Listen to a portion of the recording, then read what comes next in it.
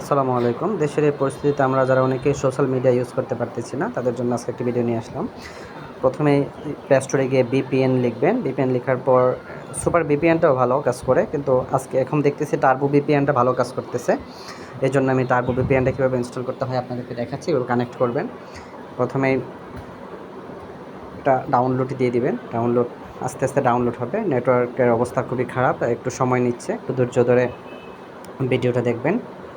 Download হয়ে যাওয়ার পর অটো ইনস্টল হয়ে যাবে। ইনস্টল হয়ে যাচ্ছে আস্তে আস্তে, একটু সময় নিয়ে দেখবেন। তারপর আমি দেখাবো কীভাবে ইনস্টল করতে হয়, কীভাবে কানেক্ট করতে হয়। তারপর সোশ্যাল মিডিয়াগুলো আপনারা সহজেই ব্যবহার করতে পারবেন। এই যে ওপেন দিবেন, ইনস্টল হয়ে গেছে। এখন ওপেনে ক্লিক করবেন।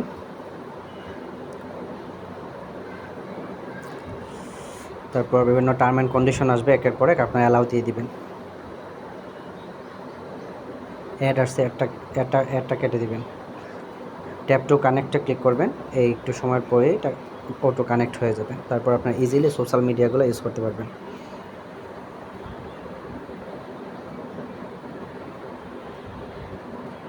যে পেজটা একটা সার্ভার সার্চ করতেছে, কিছুক্ষণের মধ্যেই কোনো একটা দেশের সার্ভার আমাকে কানেক্ট করে দেবে। এই তো আমার ভিপিএন চালু হয়ে গেছে। এখন আপনারা ইজিলি সোশ্যাল মিডিয়াগুলো ইউজ করতে পারবেন। ঠিক আছে, ধন্যবাদ। আসসালামু আলাইকুম।